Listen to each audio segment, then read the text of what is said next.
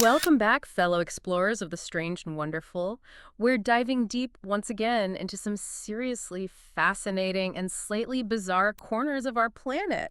Buckle up. You guys, our awesome listeners, sent in a treasure trove of source material this week, Yeah. including a truly captivating article all about, wait for it, the top 10 strangest places in the world. Oh, I love those lists. They're always good for a head scratch. Right. Plus, we've got a whole collection of other locations that are just like, what in the world? I am ready to have my mind blown. Let's do it. Our mission, should you choose to accept it, and let's face it, you've already hit play, is to unpack these places. What makes them so strange? Exactly. Let's go beyond just the weirdness factor. And tap into that sense of wonder that makes us human, you know? Absolutely. All right, first stop on this global expedition of the extraordinary, the Island of Dolls in Mexico. Oh, I've heard of this. It's creepy, right? Creepy doesn't even begin to cover it. Imagine Oh. an island, a whole island, Oh, got it. Island. covered in dolls. Like a lot of dolls. Not just a lot. We're talking hundreds, maybe even thousands of dolls. Not the cute, cuddly kind either. These are like weathered, broken, Huh. hanging from the trees. It's equal parts fascinating and unsettling. So why dolls? What's the story there? Well, the island was cared for by a man named Julian Santana Barrera. And the story goes, he started hanging the dolls to appease the spirit of a young girl who drowned near the island. Oh, wow.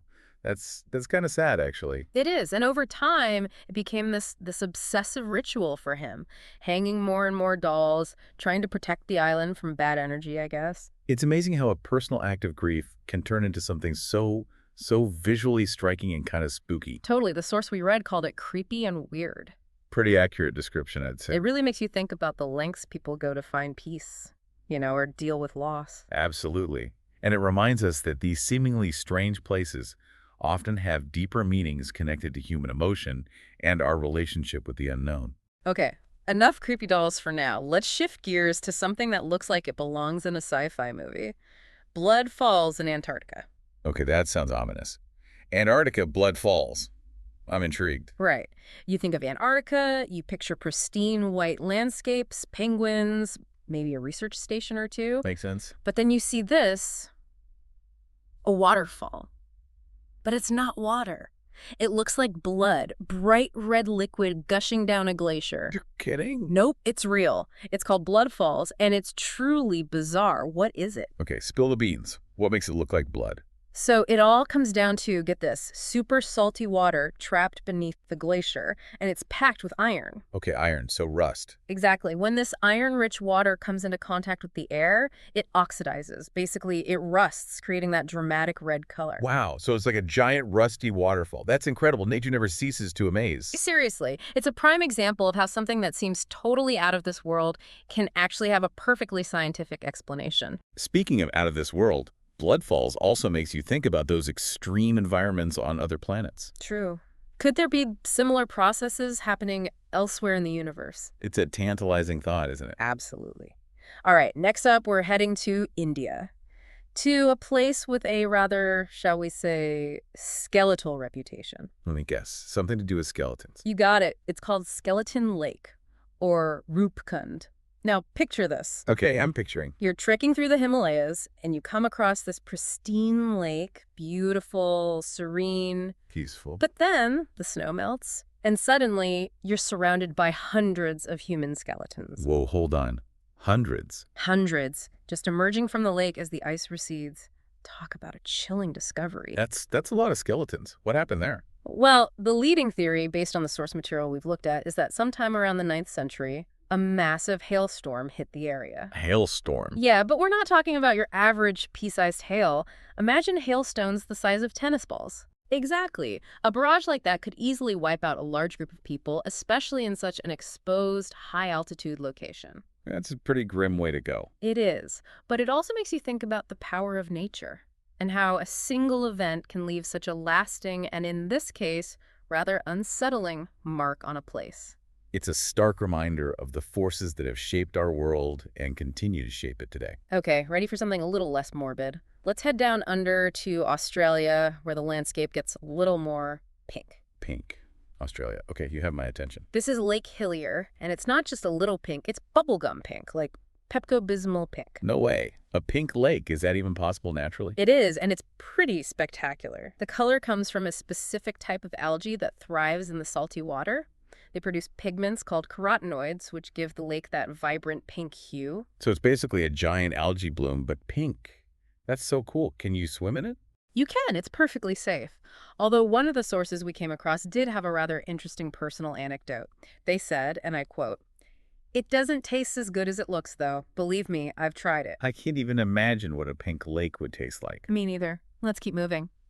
From a pink paradise to a frozen frontier, we're off to Finland to see the sentinels of the Arctic. Sentinels of the Arctic. Sounds intense. What are we talking about here? Okay, imagine this. A forest.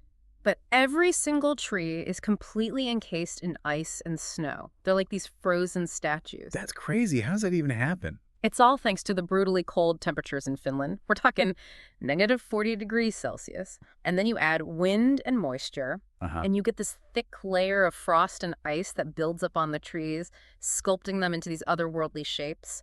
The source we read described it as a scene straight from a sci-fi film. That's a pretty spot-on description. Right. You almost expect them to come to life and start marching across the frozen wasteland. Nature is a pretty incredible artist, even in the most extreme conditions. Agreed. Ready for a little magic now. Always. We're going to Vadhu Island in the Maldives. Ooh, the Maldives. Sun, sand, crystal clear water. Exactly. But with a twist. At night, the beach transforms into the Sea of Stars. Sea of Stars. That sounds magical. What does that even mean? Picture this. You're walking along the beach, and the sand beneath your feet starts to glow blue. Wait, glowing blue sand. And the waves, too, as they crash on the shore, they light up with this brilliant bioluminescent blue light. You're making this up. I swear I'm not. It's caused by tiny organisms called phytoplankton. When they're disturbed, they release this incredible blue light. That's amazing. I can't even imagine how beautiful that must be in person. Our source described it as the universe in an earthly cell. Wow. That's poetic and accurate, I bet. Totally. Okay, 2 more stops on our whirlwind tour. Next up, Bolivia, home to the Salar de Uyuni, a place of extremes. Extremes. How so? Well, for starters, it's the world's largest salt flat. We're talking over 4,000 square miles of blindingly white salt. It's like stepping onto another planet. That's massive. And during the rainy season, a thin layer of water covers the salt, transforming it into the world's largest natural mirror. Wait, a giant mirror? You can walk across it, and it's like you're walking on the sky. The reflections are so perfect, it's almost disorienting. That's wild. But beyond its beauty, the Salar de Uyuni also holds a more practical significance. It contains huge deposits of lithium. The stuff they use in batteries. Yep. The Salar de Uyuni is estimated to have something like 50 to 70% of the world's lithium reserves. So it's not just a pretty face then. Not at all. It plays a crucial role in our modern technology. Okay, last stop. Before we wrap up this whirlwind tour of strangeness, Bring it on. we've got a whole bunch of listener-submitted locations that we just have to touch on.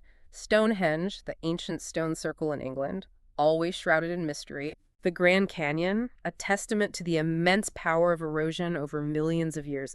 Absolutely breathtaking. Agreed. What else? The Screaming Tunnel in Canada. Why is it screaming? Well, legend has it that it's haunted. Apparently, if you light a match in the tunnel, you'll hear a scream. Oh, spooky. The Chocolate Hills in the Philippines.